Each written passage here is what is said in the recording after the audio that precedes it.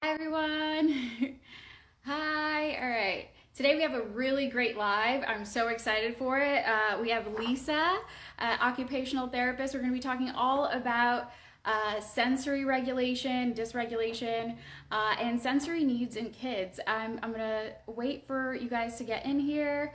Hi. Um, Hi, Russell. Okay, so Dr. Kennedy is here, an amazing professional on anxiety, separation anxiety. We post him all the time. Hi, Pam.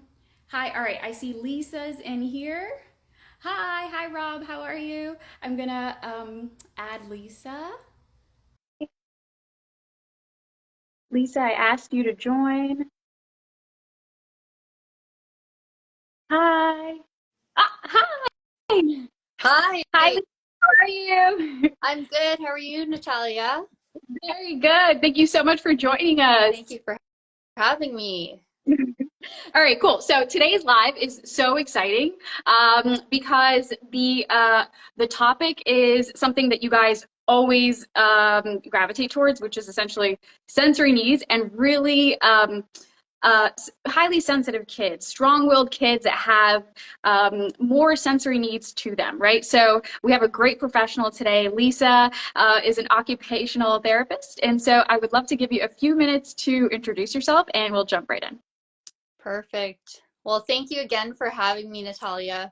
I was really looking forward to this talk. I have so many things to talk about. So, to everyone, my name is Lisa. I'm a child behavior expert and a parent coach. And as Natalia mentioned, I am a pediatric OT. I've worked with countless of families. I've actually worked as a pediatric OT for about a decade now. A lot of the kids that I've worked with are highly sensitive, are very strong-willed. A lot of them have sensory processing challenges, are on the autism spectrum, have a diagnosis of ADHD. And so, while working as a pediatric occupational therapist, have quite a lot of experience when it comes to sensory needs. And I actually kind of pivoted in the last little while to actually do more parent coaching. Just yeah, a lot of parents here might be wondering, am I more of an OT or am I a parent coach? I'm actually I pivoted over to parent coaching because I saw such a huge need for parental education. A lot of parents were coming to me saying that, it's great my child gets to go to therapy and work with you, but at home it's a totally different story. I'm still having tons of meltdowns. My kid is still showing a lot of signs of sensory issues, and I don't know how to handle it. So that's why I stepped into this role. I found it to be an extremely important and kind of like a missing piece, I think, in the healthcare industry, where a lot of parents are kind of, unfortunately, being left out in the dust and not being given the resources and support that they need. Yeah, and I think that actually touches on a really important point. Parents, after they leave the doctor's office, are often they do not have the tools. So I love that there's more professionals like this that work with parents directly and are educating. I mean, the topics that you cover. I mean, I want people to go over to your page because I learned so much about impulse control and by the ages and things like that. So things that are not only sensory based, and so I really love the perspective that you bring to the table. I hope you guys go and follow. So let's jump right in. So what are the common sensory needs that you see in highly sensitive kids? So what exactly are examples? So just to preface first, so there are actually 8 different sensory systems out there. We're actually more familiar with the 5 common ones, which are sight, smell, taste, hearing, and touch. And there's actually 3 other ones, which is proprioception, and that is the sensory system that basically, so if you think about when you grab a cup and you pick it up, your joints and your muscles have to know how much force to actually exert to reach for the cup, pick it up, and then bring it to your mouth and not spill everything over yourself. So that's what your proprioceptive sensory system tells you. Your vestibular sensory system is what tells you that you're in balance. So if you're trying to walk on a straight line and you're trying to keep your balance, that's what's keeping you going straight. And then finally, the eighth one is interoception, which a lot of people don't know what that is. I personally, too, like even as a therapist, I didn't really figure out what that was until like well into my practice. But that's the system that tells you internally what's going on. Like, are you thirsty? Are you hungry? Do you have to use the bathroom? So actually, all 8 systems, a lot of highly sensitive kids have trouble with. So I'll give some examples. For instance, when it comes to your sight, a lot of highly sensitive kids are very sensitive to bright lights. If they go out into a very bright sunny day, they're complaining, oh my gosh, it's so sunny, and they might be screaming. Or if they're walking through like a Walmart or a Target and the bright lights, they use these like crazy white industrial lights. Yeah. Those can be really, really overwhelming for highly sensitive kids. When it comes to smell, think many smells can trigger highly sensitive kids. Could just be something you're cooking. It could be a banana. It could be just the smell of something outside. Those things can really trigger them. And taste, that is a very, very big one. When it comes to eating food, picky eating, that I know is a huge challenge for parents who have to face this, because making meals is like trying to, I don't know, figure out the most complicated puzzle. Yeah, for sure. So picky eating is a very big example of a sign that your kid is highly sensitive. And touching certain objects, like if something is too rough, if something is too wet, that can really just throw a highly sensitive child off. Clothing, if the tag is too itchy, your kid might say something like, this shirt is too tight, and they're just like pulling on it. Or this shirt is too blue, or this shirt is too smooth, right? Different textures, different colors, that can really trigger them. This list can go on for a really long time, but I sure. All the different senses, so parents have an idea of maybe especially if you're speculating that your child is struggling, this might just kind of trigger a little alarm bell and go, okay, I do need to seek more help. Yeah, but sure. Another the only one that you missed was sounds and loud sounds like sirens or popping balloons. I did see in the chat a parent sharing their own experience. And just a segue. So essentially, what's happening is that these kids have a higher or a more sensitive perception to the senses, right? And so they're feeling everything at a higher degree, and they experience life through these extremes, right? It's not really that you and me don't feel the same sensitivity. It's just that they're more aware of it and are processing that awareness at a higher degree. Is that correct? Exactly. So their threshold for these senses, it can actually vary. There are some kids that their threshold and like their tolerance level for their senses is quite low. So they're going to be extremely hypersensitive to it. And then there's going to be the other side of the spectrum where their threshold is really high and they're seeking the sensory input. So that's actually a good point too, for proprioceptive, because we see a lot of very sensory seeking kids that are proprioceptive seeking. So they're the ones that love to crash into everything. Like they're like smashing themselves onto their bed, or they're giving you like the biggest, strongest hugs because they just really need that tight squeeze. And the vestibular kids that love to just spin constantly, or they're just like doing all these flips.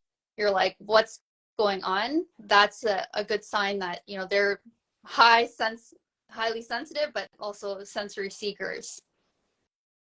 And also, so for those particular kids, because we posted a couple of reels today for those kids, 2 things are happening. One, they're learning more about their body and the space that they're in, right? And so there is a lot of body learning happening at that time. And then also they're getting rid of stress that's pent up during the day. So is that correct? And then can you speak on those two things? Yes, absolutely.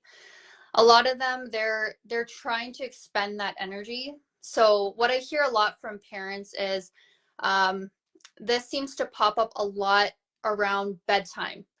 They're saying like, it's bedtime, I need to get my kid into bed at 8 o'clock, but they're just like jumping on the walls. They're just like, I can't get them to settle down, and they're seeking the sensory input because their bodies are just telling them like, I can't settle down, I'm not feeling regulated, and I need to move around to just kind of expend that energy. So that's a really big area where I help a lot of parents who are struggling with bedtime routine, really coming up with, okay, what are the sensory strategies then I need to be thinking about and implementing way before bedtime to get my kids ready and have their bodies ready and feeling regulated to go to bed.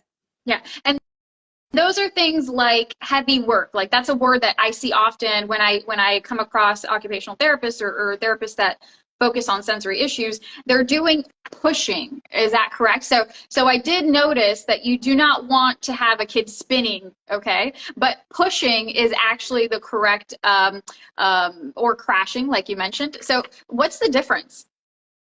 So yes, when you do deep, heavy work, that's engaging the proprioceptive receptors, and that's actually very calming for the body. So that's a better activity to be doing late at night to try to calm your child's body if they are very hyperactive, to try to bring them and ground them so that they're ready to go to sleep. Whereas spinning tends to be more of an alerting activity because you're really stimulating the body when you're spinning this way. So trying to avoid those types of activities late at night, right before bed, can help your child to kind of wind down and be ready to go to sleep. All right, awesome.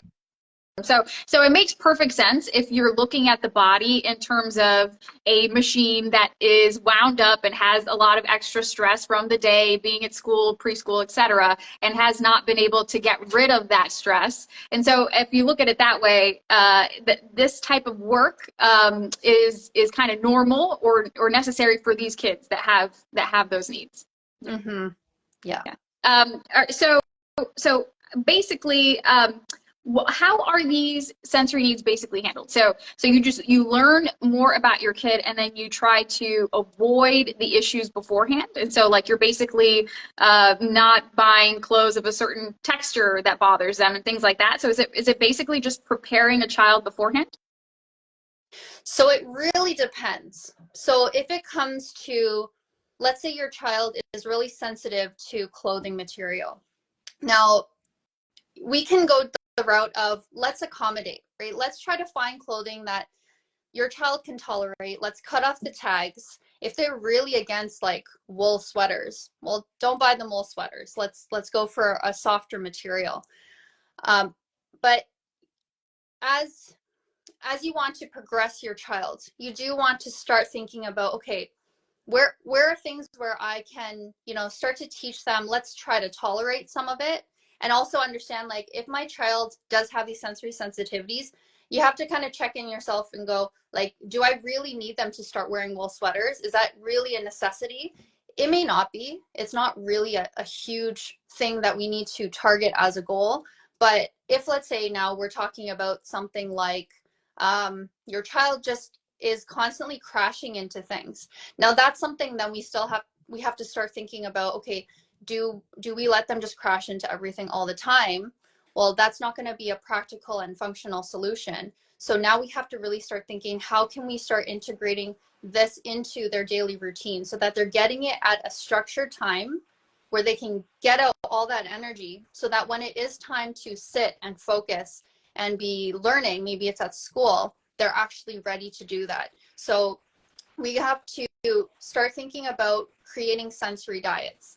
And that's another term that maybe some of you parents have heard, but essentially what a sensory diet is, a bunch of different activities, and they are very specific. So if sometimes you can find kind of very basic sensory diets on the internet, and sometimes they do work, but each kid is very different. And so not every sensory diet out there is going to be appropriate for your child.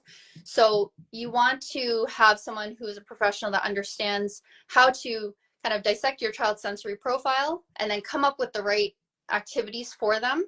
And so in the sensory diet, you have appropriate activities that are going to really target your child's sensory needs. And it's going to be fit in a certain time of the day that is the most appropriate based off your child's daily schedule. And so that's going to really ultimately help them to start learning how to regulate their sensory needs and be able to function day to day and be ready for different activities of the day, such as getting ready for bed. Yeah. Okay. So that's actually more than what I expected. So I was thinking, how does a parent sit down with an occupational therapist and to benefit their child? And the sensory diet that is specific to the child, like you mentioned, is exactly what you're doing. But what I also wanted to know is, can you kind of do some exposure therapy? Is that something that works for these kids, where essentially if there is an issue like crashing, or you could sit down together and think of either activities or certain things to expose a child to maybe limit or lower that sensitivity? Is that something you do, or is that not something you do for kids with sensory issues?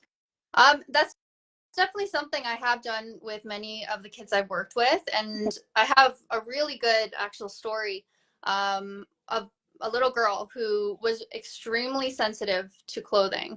And for a while, accommodations were the main strategy with this family. And it worked for a while, and then it just stopped working. Okay. And so eventually, as she got older, we just really needed to start exposing her to more different textures, but in a safe way. And that's the key on how to expose your child to start tolerating different textures, is by making sure that they actually feel safe. Because a lot of the times when it's time to get your kids to try different clothing, it might be in a very rushed kind of time frame. Like you're trying to get your kid out the door and it's like, it's time to wear your cardigan, we got to go to school. That's not the right time. It has to be during a time where they feel calm, where they feel safe, and it's not super invasive. So exposure therapy can really really improve tolerance. It just has to be done right. Yeah. So that's why I was thinking that, sitting down with someone like yourself would be amazing for doing some actual work for the sensitivity, where they could sit down with you and do a progression, of things that they, either activities or exposure, that they can do to try to correct, not really correct, but basically lower some type of sensitivity. That's a great point. So what are signs that a child is not getting their sensory needs? So we talked about crashing and like jumping at night, and that's for perceptive needs, but what are some other ones? So other signs that they're not getting the sensory input, I guess we touched on a few. When it comes to tactile, if your child is constantly touching everything, you might have a child who just can't seem to keep their hands to themselves. So they're like constantly touching everything that's on the table. They're touching you and your face, pulling on your hair. That's a big sign that shows that, okay, we need to start incorporating more tactile play for your child. Yeah, we talked about proprioception, vestibular. The other ones are not as common, Okay. I would say. They're more. Okay. So definitely the proprioceptive or that need is the most common. Is that correct? That's Okay. correct. All right. Cool. And are there certain ones or signs that are specific to particular neurodivergent kids? So either ADHD related or autism related sensory issues that are common for them. So a parent that has that particular type of need could know a specific. Is that common? Yeah, so I would say a lot of the ones we talked about, those are very common for kids that are on the spectrum Okay. and ADHD kids. Other ones are when it comes to bath time. That's been one of like the top ones, they don't like having water touching their hair or doing the whole shampooing. After Okay. doing the lotion all over the body, there's a lot of sensitivity to that, where there's a lot of pushback. Okay. Okay, cool. So essentially, so we kind of covered most of the heavy work and really the sensory issues are most of the time right before bed, and that's when it comes out. I really think it's all of the day's stress accumulated and needing to be worked out. And so the best recommendation you would have for parents dealing with these kids is to sit down and try to find a sensory diet that matches their child. Is that correct? Exactly. Yeah. Yes. And And if they have particular needs that are, they would like to try to either attack a certain thing that is maybe creating a lot of issues in their life, then they could work or sit down with somebody like yourself that could work specifically for their child. And so why don't we open up the chat to that? So today's live has a very exciting giveaway attached to it. We're giving away a call with Lisa. And so I don't know how you want to do this. Do you want to do this based on somebody in the chat, or do you want to ask a question and have them answer? yeah, sure. Why don't I'll ask for any of you parents to comment what is your biggest challenge, and then I'll let Natalia, you just kind of pick Okay, someone.